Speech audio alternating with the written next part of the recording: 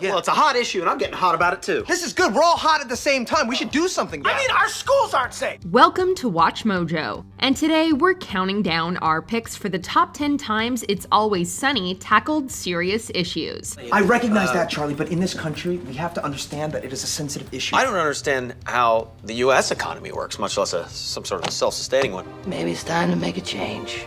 For this list, we'll be looking at the times this outlandish comedy took time to focus on more grounded topics. If you haven't seen all of these episodes, there may be minor spoilers ahead. Which of these It's Always Sunny storylines made you think? Let us know in the comments. If you like what you're hearing, be sure to check out the full song at the link below.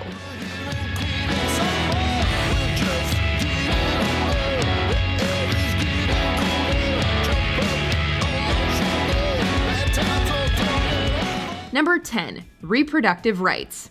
After Charlie gets the news that he might be a father, the rest of the gang has an extended discussion about reproductive rights. Okay, well, ultimately, it's her choice. It is not just her choice. It's nobody's choice. It should be left up to God. Each of them has a different view on the topic. Dennis is pro-choice, Mac is completely pro-life, and Dee believes that the mother has the final say. Over the course of an episode, the show uses funny interactions to highlight each viewpoint. Excuse me.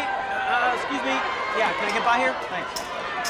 One of the most clever bits of commentary comes around Dennis and Mac. Both of them change their views about reproductive rights to whatever's most convenient for them at the moment. Yeah, weird. People actually care about women's bodies. You believe that? Yeah, I think Mac picked the wrong side. Just like no dudes here.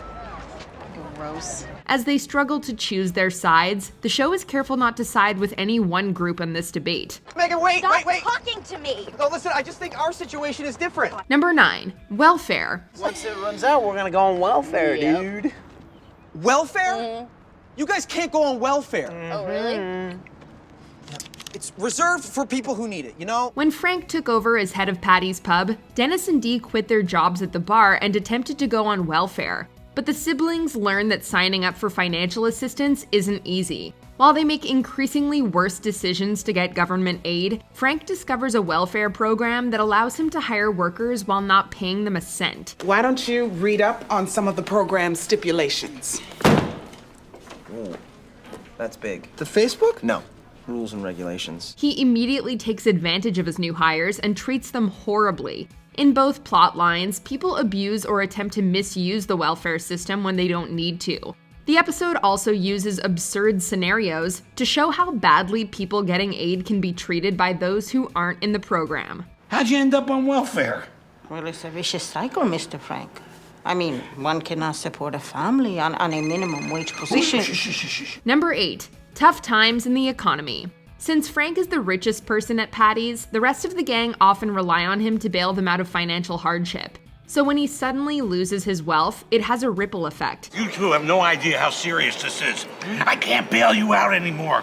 Maybe we should take this time to streamline Patty's. Make it run as efficiently as the government. Cut out the steak dinners. We're not cutting out the steak dinners, Frank, so just hold your horses on that one. Dennis and Mac fire the rest of the gang after learning they won't have a financial safety net. Shortly after, Charlie loses his job and apartment, and he finds himself living on the street. Although Dee and Frank start a new business, it swiftly fails and they lose all the money they invested. When people stop buying vacuum cleaners and knives door to door, it can mean only one thing, Deandra. You blew all of my money on a very stupid idea? No. Goodbye recession, hello depression. No one in the gang is able to get back on their feet alone.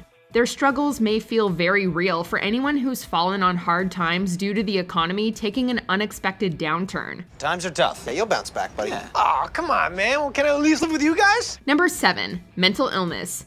Pete was a character that suffered from mental illness, and according to the gang, he committed terrible crimes against his family. I don't feel good about that stuff. I actually regret a lot of the stuff we used to do. When Pete leaves a mental institution to visit Patty's, no one's sure how to interact with him.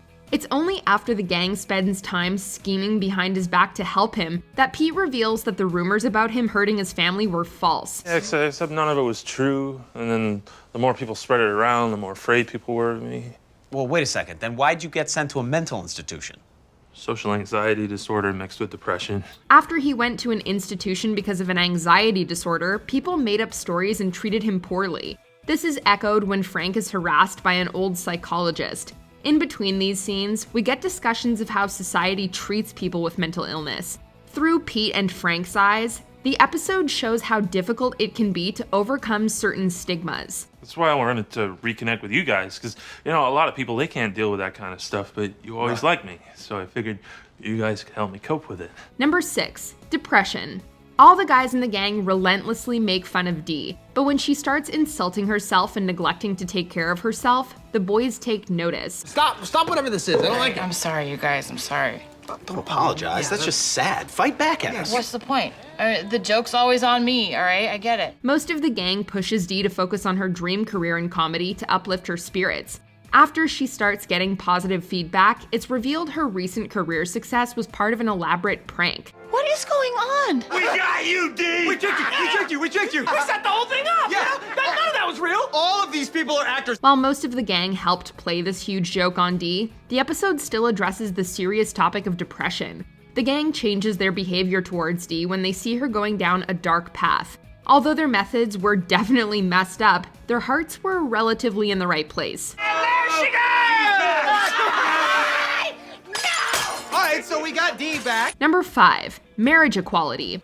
Shortly after Mac expresses his discomfort with gay marriage, the rest of the gang gets a bit of wedding fever. Marriage is a wonderful thing. It's between two people who decide they want to spend the rest of their lives together because they love each other very much. I'm all for it. While Dennis decides to get married to an old flame, Charlie proposes to Frank so they can share health insurance benefits. From this point on, the episode goes in unexpected directions to lay out some social commentary. Although Dennis can marry someone easily within an afternoon, Charlie and Frank find a mountain of paperwork in between them in marriage. It's our marriage certificate. Now we're married. Boom. Wait, hold on a second. You just had to sign a little piece of paper. They gave Frank and I like 1 million floors for our marriage. Hey, oh, you guys are trying to get married too, huh? Mac is also able to embrace marriage equality after realizing that he has some things to figure out about his sexuality. Not only does the episode promote marriage rights, but some of the great lessons learned here go on to influence characters in future episodes. But you were right, I was wrong. Everybody should be able to get married to whoever they want. Number 4, addictive behavior. My bad. I had to ask. It's a seller's market right now. Look what you've become. Do you want to live this way, son? Over the course of the series, Cricket went from a reputable priest to a homeless man reliant on less than legal substances. He gets a chance to break a long cycle of unhealthy behavior when his dad gives him work. Although Cricket tries to make a positive change, his closest friends assume he'll fall back on addictive behaviors. Those guys are my friends. Whatever! I am so on to you. In the end, it's revealed that he was under the influence the entire time he was working. Cricket goes back to his old behavior once he learns the truth. Seeing him return to his old life is a depressing yet poignant ending. While Cricket wanted to change, the show suggests it takes a lot of hard work and support to break a cycle of addictive behavior. After everything I've done, after everything they've done to me. Number 3, talking about firearms. It's Always Sunny made firearms the center of 2 episodes.